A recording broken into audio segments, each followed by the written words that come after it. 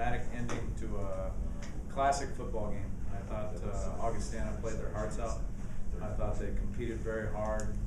They have nothing to be ashamed of. That game could have went either way, but I'm more proud of our players' perseverance of just overcoming all the adversity and obstacles and everything that was going on in the game, and them working the clock in the second half and giving us a dose of our own medicine. I thought it was great for us to put together a 5-minute drive that I think we went 13 or 14 plays to score a touchdown at the end. And kind of took the sail out of their, or took the wind out of their sails. I'm a little lost for words tonight, but I thought there was a lot of positive things, and you know, that was a great defense that we played, and we scored when we had to. I'll ask both you and John about this too, but obviously Dennis Carter, huge first half, and then can't play the second. What does that do mentally, just overall for the game plan, and what does that do for you, knowing that you don't have one of your biggest weapons in the offense? I'll go first. I think, you know, Dennis had a terrific first half, did a lot of great things. Very proud of his efforts. But, you know, as a football program, you know, we want to do things right, and, you know, having the ability to witness things firsthand. You know, we have to move forward with tough decisions, and that's why we're in the position we are, and we want to run a first-class program and do things first class, and it doesn't mean that he wasn't.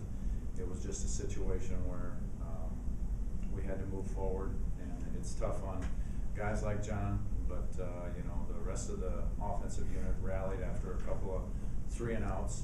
I thought that they overcame the adversity and the toughness of the situation, and Coach Keene did a phenomenal job.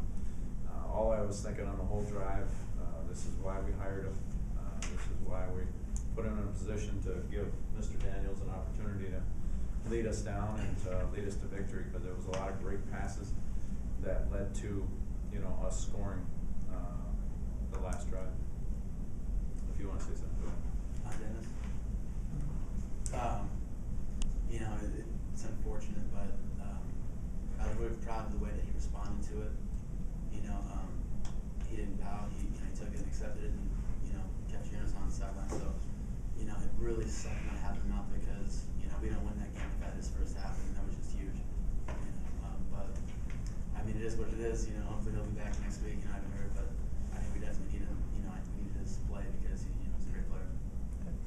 What does you know, he starts out with, you guys don't even really get the ball. You start out with the huge run back for touchdown, and then, you know, pretty quick touchdown the next offensive series. What does a quick start like that kind of do just to the offense mentally?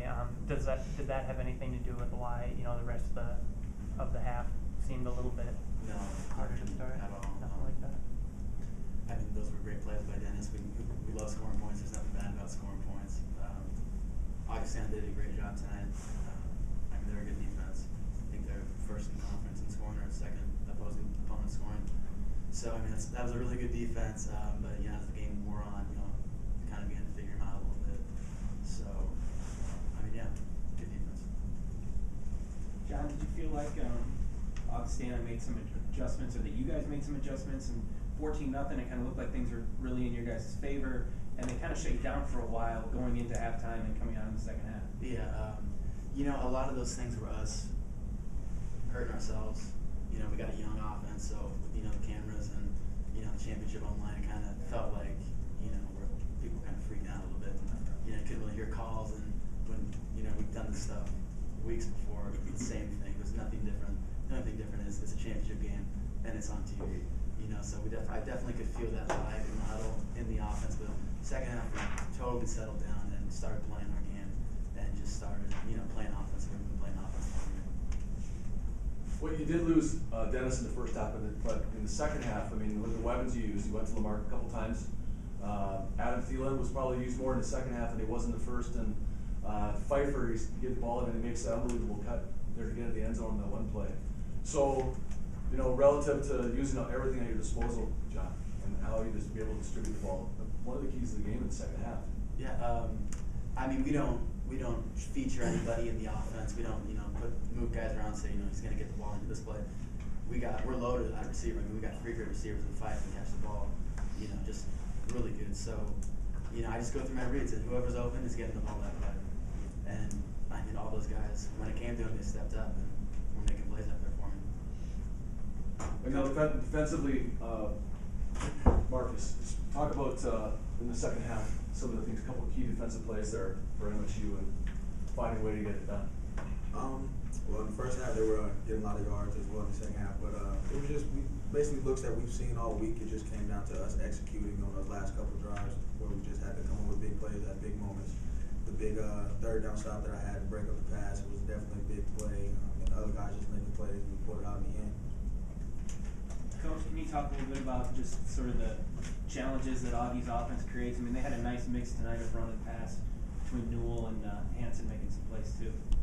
Yeah, on tape, their tailback is just very explosive, and I told the defensive staff yesterday or today, one of the 2 days, that I had a chance to finally catch up on watching tape, and I told those guys, I said, you better watch out, that kid is exceptionally fast, and he's going to be tough to tackle, and we need to put our guys in the best position that we can to make plays. And I will admit we did miss a few tackles, but there was no tackle more important than Torrey Garrett's tackle when he broke away and cut back to our sidelines, and Torrey wrestles him out of bounds. We then go 3 and out after that, forced a field goal where he could have easily scored on that, and Torrey saved.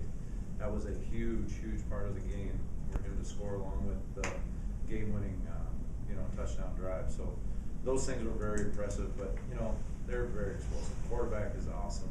The receiving core was a little banged up. You could see they were hurt, limping around a little bit, but it didn't stop them. They found ways, and they protect so well. They have great offensive line. I think they have 4 seniors on their offensive line that are just outstanding. Marcus, this is the second week, 500 yards that Augie was able to pick up, but the second week that you guys, really with your backs, kind of to the end zone, came up with so many big plays and just refused to give up kind of the, the final couple of yards they needed. Are you guys just better with your backs to the wall, or is that just how it's worked out? It's definitely how it's worked out. We don't want to be in those positions and in those situations, but when we get there, we definitely try to hype it up and guys dial it in. It pretty much, like I said, comes down to execution of giving up a lot of yards lately in these last couple of games, and it's something that we got to work on if we want to get to our ultimate goal. And speaking of goals, I was remiss to not mention this in the beginning. We did accomplish 2 of our goals tonight as a program. We have 6 that we try and achieve.